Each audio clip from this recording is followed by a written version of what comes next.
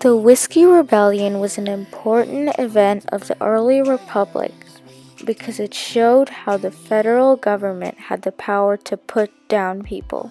It took place in mostly western Pennsylvania. George Washington was the president at this time.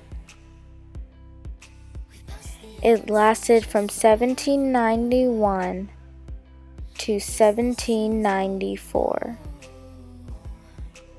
After the American Revolution, we had large debts.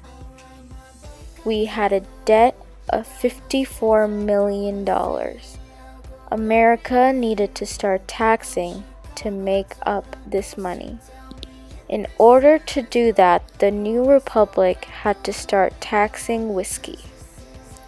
Stills with the capacity to annually produce 400 gallons of whiskey were taxed between 7 and 18 cents a gallon, depending on the proof of the liquor.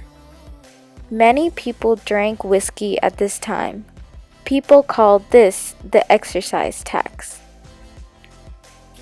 People like farmers who could not afford these taxes got very angry and started a rebellion.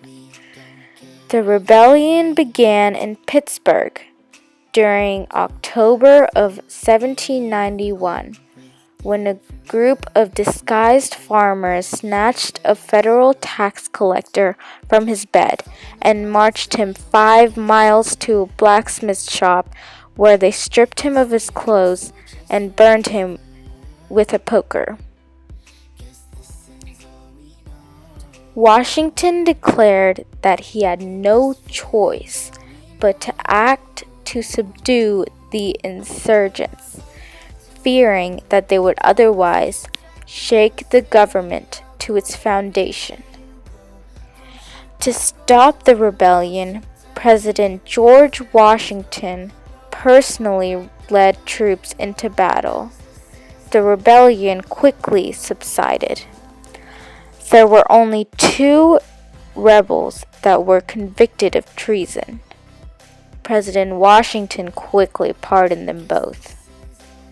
This rebellion also posed as the backdrop of the very first treason trials in the United States.